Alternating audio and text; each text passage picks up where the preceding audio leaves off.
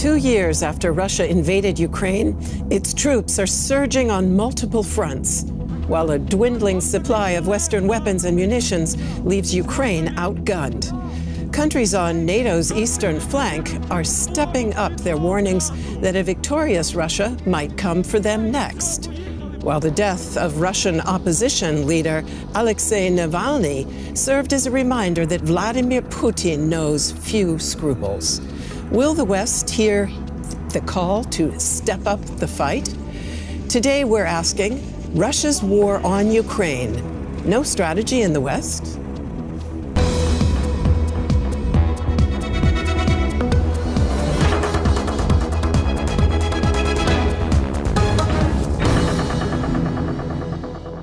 Welcome to The Point. It is a pleasure to greet our guests.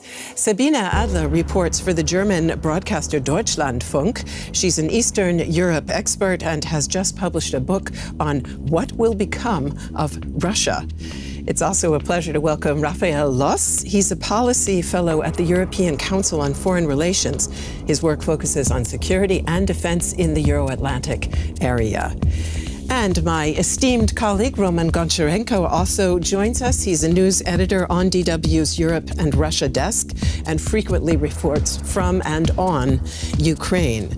So I'd like to start out by asking all of you to share your assessment of the situation in Ukraine 2 years after Russia launched the attack. Roman, what's the perspective in Ukraine at this moment?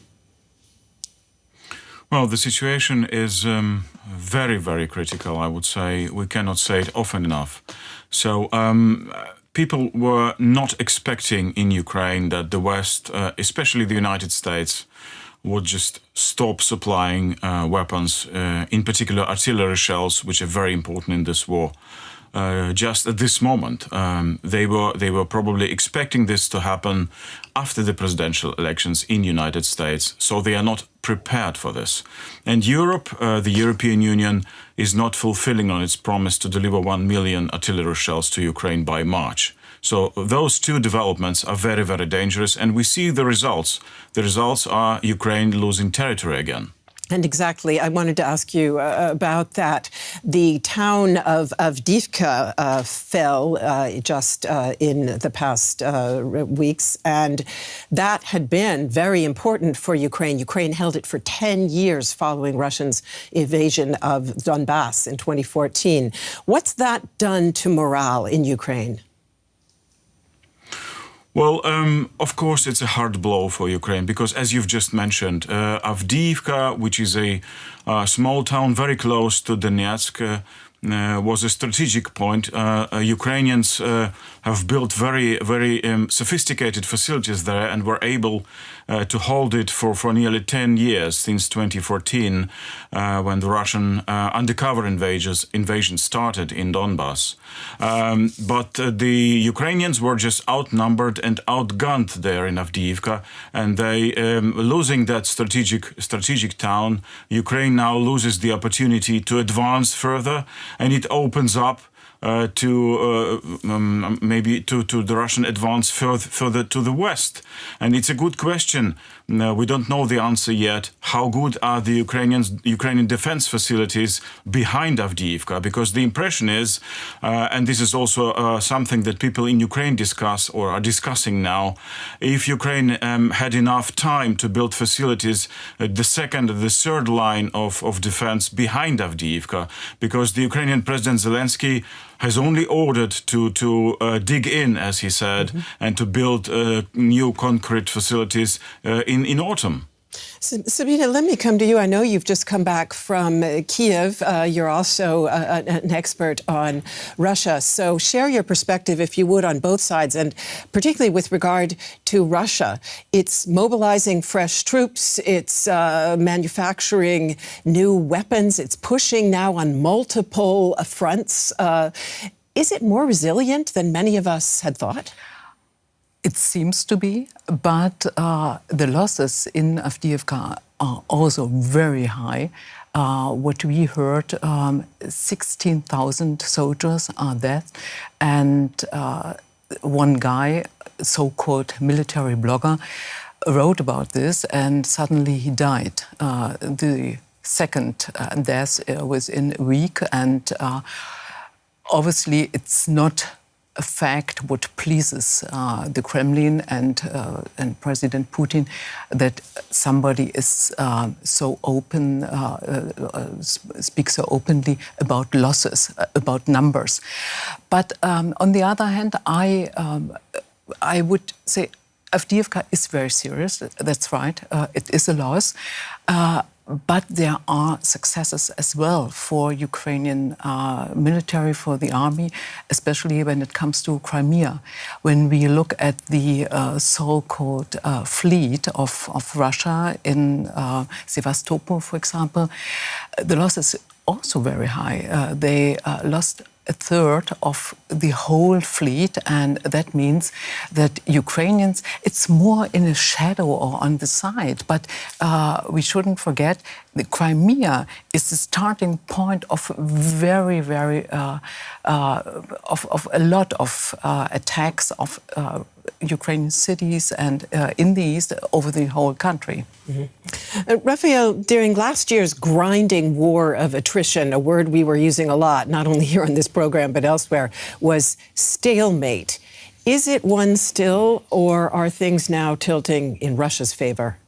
No, I think changes are happening on the ground. Sabina Adler pointed to the situation in the Black Sea, the Russian Black Sea fleet being largely decimated and unable to, threaten Ukraine's grain exports through Odessa, for example. Things are happening in the air as well. We see a precarious situation for the Ukrainian Air Force. The F-16 deliveries from the West should happen soon, but these things should have happened earlier as well. We're seeing intense efforts by Ukraine's Western supporters to get more air defense missiles to Ukraine to protect cities, but also to protect the troops on the front lines. Just the fact that we don't see changes in the sort of line of contact between the two ground forces doesn't mean that we do have a stalemate at the strategic level. And both sides, I think, are working hard to identify ways to get out of this stalemate on the ground and to exploit opportunities as they arise out of technological changes. And who's more likely to to take the advantage? To a large extent, I think that depends on the West, on us, on decisions that we make in the coming days and weeks and months. We've seen now a couple of Western countries signing security agreements with Ukraine. Out of that could emerge a new momentum for defense deliveries to Ukraine, but it's a political decision ultimately. And the fact that in Germany and the Bundestag just this moment we're still wrangling around the question of whether or not to deliver Taurus cruise missiles, for example, is one that is extremely frustrating, not only from an analytical perspective, but surely also for Ukrainians on the ground, on the front line. Let's drill a little bit deeper now on what the defeat at Avdiivka tells us about the larger picture. We've been calling it a pivotal battle for months here, on to the point, and as we've heard, it has fallen. What does that tell us about Ukraine's situation exactly 2 years after Putin launched his attack? The last images of Ukrainian soldiers in Avdiivka, at least for now. They had to abandon it to avoid being surrounded by Russian troops. For Russia, the capture of the almost entirely destroyed town is an important symbol. It represents its greatest military success in almost 1 year. The last was when the Ukrainian city of Bakhmut fell. The decisive factor here, Russian air superiority, plus a large contingent of tanks, artillery, and soldiers. This is an obvious success. I congratulate you. It must continue. It is now an extremely difficult situation at several parts of the front line, exactly where Russian troops have concentrated maximum reserves.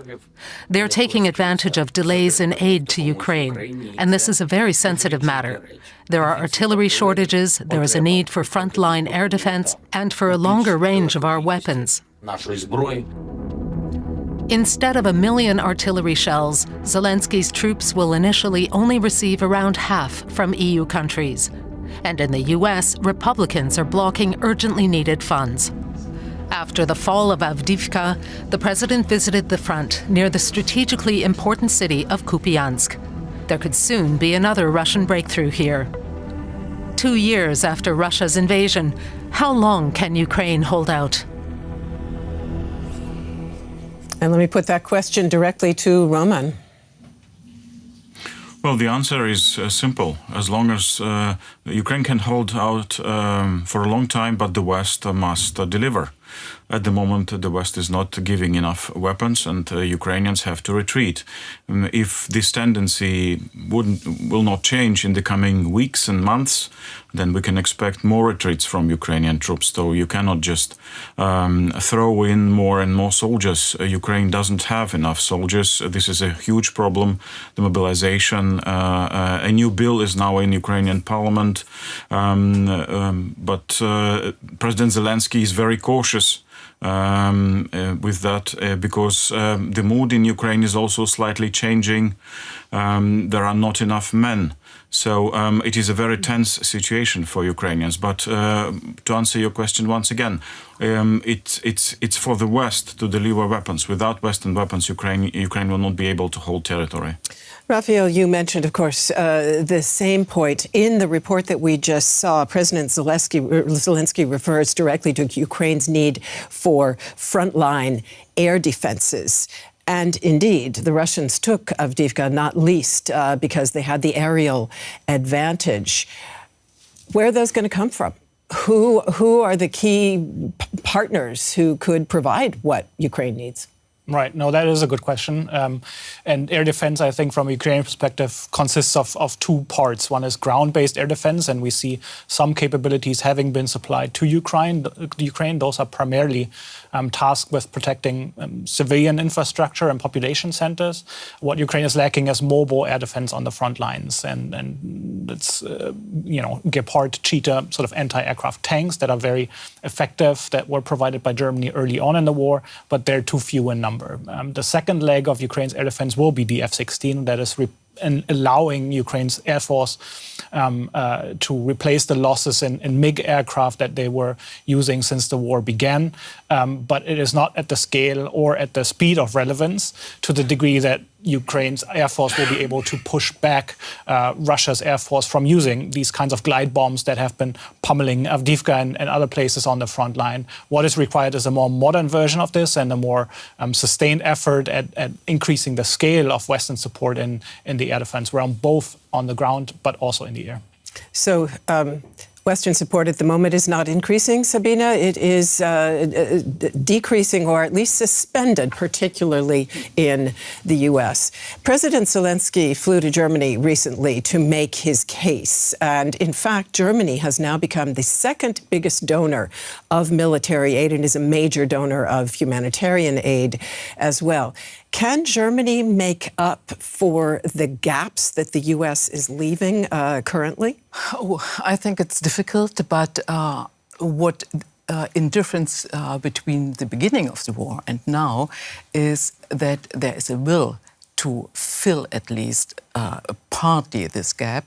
And what I saw when I was in Kiev was how frightening it is when you know that the systems aren't able to shut down all drones or rockets and to sit in a cellar and to wait and not to know whether it's over or not. And this interrupts every day and several times. And this is really in the capital of Ukraine and in other cities, of course. The very, very feeling of war. The war isn't over, what some might think in Europe, in Germany as well. We are in the middle of this war, and this war has at least 3 battlefields, and one battlefield, what so-called, is the air battlefield, the constantly air alerts in different cities, which disturb the everyday life very much of people, and that we have to consider. And when we count or give or get numbers, how many rockets or drones are shot down or were shot down, this is really frightening because the figures are fewer and fewer, and this speaks of the lack of munition, and this is really serious. Let me ask you briefly, if you would. You said certainly Germany has heard the call. Interestingly enough, a recent survey shows that German public opinion is changing. For a long time, there was a lag between what the leadership wanted to do. Olaf Scholz with his famous speech, the Zeitenwende, right after the Russian invasion, where he said, we have to step up. Public opinion long lagging behind, but it now looks to be that the majority of Germans say the situation is serious, we must act. This is essentially a wake-up call. Mm-hmm. Will that change how rapidly the government responds? Melina, I think this is really a move we see. And this is very important because it's the hesitation of the government, of the leaders of different parties in the coalition. They responded every time on a certain pacifistic mood within their members. And now I would say it isn't over. But it's not as strong as it used to be. And now the government is a little freer than it has been. But we are in the middle of, or maybe just at the beginning of a discussion, whether to spend money for weapons, for Ukraine, for our own purpose, or for social needs.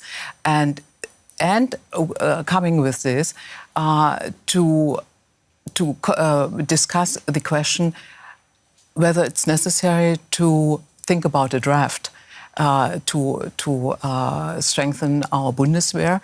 At least there is a need of 20,000 soldiers, and this question is really very sensitive, and I would think there is a long way to go. Roman, public opinion, of course, is shifting not only in Germany, but also in the United States. We're seeing particularly among Republican voters, and there is a presidential election coming up in the U.S., so their opinion is very important, rising unwillingness to support Ukraine, saying that U.S. money should be spent at home to secure the U.S. southern border. In the face of that, and with Republican frontrunner Donald Trump saying that he could end the Ukraine war in a day, presumably by negotiating with Vladimir Putin, would you say that President Zelensky is coming under increasing pressure to go to the negotiation table? Well, of course, this pressure has been growing for some time now. And you're absolutely right. I was at the Munich Security Conference just a few days ago, and I spoke to the Western intellectual and analytic Ivan Krastev, who just wrote an article about that, saying that wars are sometimes decided at the ballot box, not just on the battlefield. And he said that the mood is changing, just as you've mentioned, in the United States, in Europe, and in Ukraine itself. There are now more Ukrainians thinking positively about negotiations in general. There are still about 90% of Ukrainians who are not ready to cede territories. But what Krastev said, I think, is very important. He says we might get to a point in the coming months this year, probably after presidential elections in Russia, when Russia would be ready to negotiate some kind of a ceasefire. And he says that that is would only make sense to talk about it if NATO would be ready to accept Ukraine on a fast track, so that Ukraine would have security guarantees. Otherwise, there is a great danger that Russia would seek Ukraine to become some kind of a Palestine, so no man's land, no rule of law, nothing. This is what worries him, and I can't disagree. Very interesting. Very briefly, if you would, Raphael, negotiations. Even the chairman of the Munich Security Conference, prior to the conference, talked about the need for a negotiated solution. Is this the time? I mean, if you look at the sort of universe of cases of wars around the world throughout time, most wars end in a negotiated settlement. But these negotiated settlements usually reflect the balance of forces on the ground. And I think no side at the moment faces an incentive to really make compromises. I don't quite agree with Roman's point on the Russian presidential election. I think the US presidential election is probably the more decisive factor in both sides' attitudes to war negotiations. But there is efforts, of course, by all sides among the coalition of supporters of Ukraine, Ukraine's government in cooperation with the Swiss government organizing a peace conference, various delegations from African states, from Brazil, from China, trying to bring the sides together. These haven't produced anything meaningful yet. And so I think over the course of the year, but probably only next year, we'll see movement on that front. As Western politicians were debating in Munich, one piece of news temporarily silenced the noisy hall. The death of opposition leader Alexei Navalny and his widow's defiant call for justice served as a reminder of Putin's perfidy and the consequences of Western equivocation. After Alexei Navalny's death in a penal colony, Russian police are taking action against people who want to pay tribute to the Putin critic, even if just with flowers. It seems that it is now worse than in Stalin's time. It is important to live in a democratic state in the 21st century and not in a dictatorship. This is what Putin's Russia looks like. Here he is shown with soldiers from the forces fighting in Ukraine. He is using all his power to ensure support for his vision of a great Russian empire, defending itself against the hostile West. Whoever criticizes the war risks arrest. Whoever, like Boris Nadezhdin, has the slightest chance of success in the so-called presidential election is not allowed to stand. And now, Navalny's death. His widow has accused Putin of murdering her husband and announced that I will continue the work of Alexei Navalny, continue to fight for our country, and I ask you to support me in this. Navalny's legacy and Putin's power. Will the resistance endure? Sabina, Yulia Navalny received the news of her husband's death at the Munich Security Conference. A number of experts have suggested that that was no coincidence. You've called Russia a mafia state. Would you say that this killing was calculated the way a mafia don might do it to achieve a purpose? I'm sure it was calculated, and this speaks about Putin's cynism towards the opposition, and this task for the opposition to fight this regime is so huge. It's I would say it's unbelievable and it's unsolvable, if so will, because this is really a mafia state, what is not state and mafia side by side, but it's one where the old friends of Putin belong. The power in the government, the most important